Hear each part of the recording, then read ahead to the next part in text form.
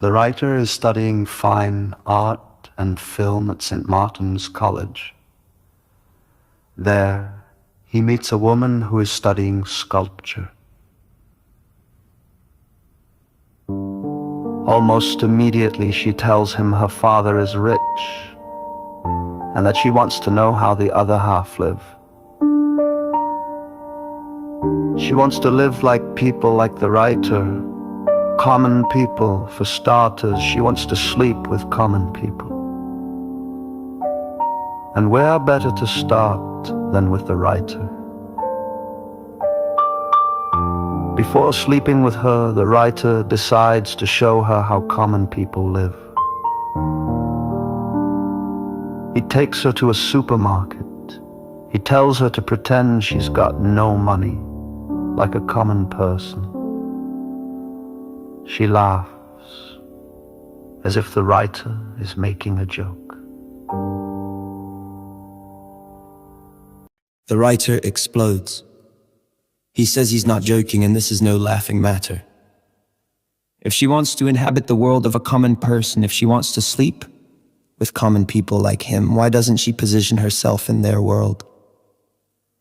Rent a flat, get her hair cut to conform, to pass the job interview and work for a living.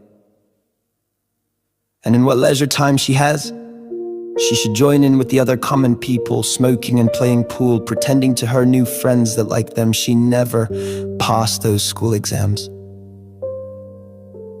But she'll be living a lie, no matter how bad her pretend life gets.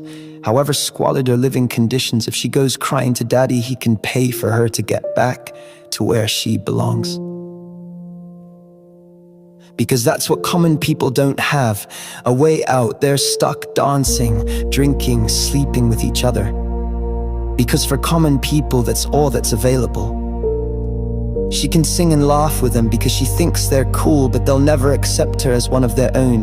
Because she's from a different class and she doesn't fit in, they'll be laughing at her, not with her. The writer asks her if she's seen those dogs lying in corners, dogs who all of a sudden attack people and rip out their insides. Yeah. Well, that's what common people are like. They'll take what's left of her guts and leave her feeling empty. Because what she thinks is a laugh is their life, which they've got no choice but to live. Their chip fat doesn't come off in the bath, her chip fat does. Her life will always have meaning. She will always have full control over how her life pans out. She can always move somewhere else whenever she wants to. Common people are like a different species to her, a species she can't believe coexists with her own. She sees them burn so brightly, but she doesn't know why. The writer's anger stems from being identified as a common person. He grew up amongst common people but never considered himself common. He didn't want the life of a common person. Common people were welcome to that life. This woman has correctly identified his background. He doesn't belong to her class. But she can't see that he doesn't belong to the common people's class either. He's not going to end up in a common people's area with a common man's wife and children living in a common family's home.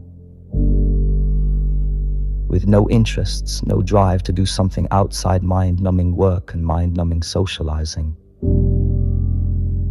He's 25 and still has no interest in settling down into a middle-class relationship and starting a family yet, let alone a working-class one.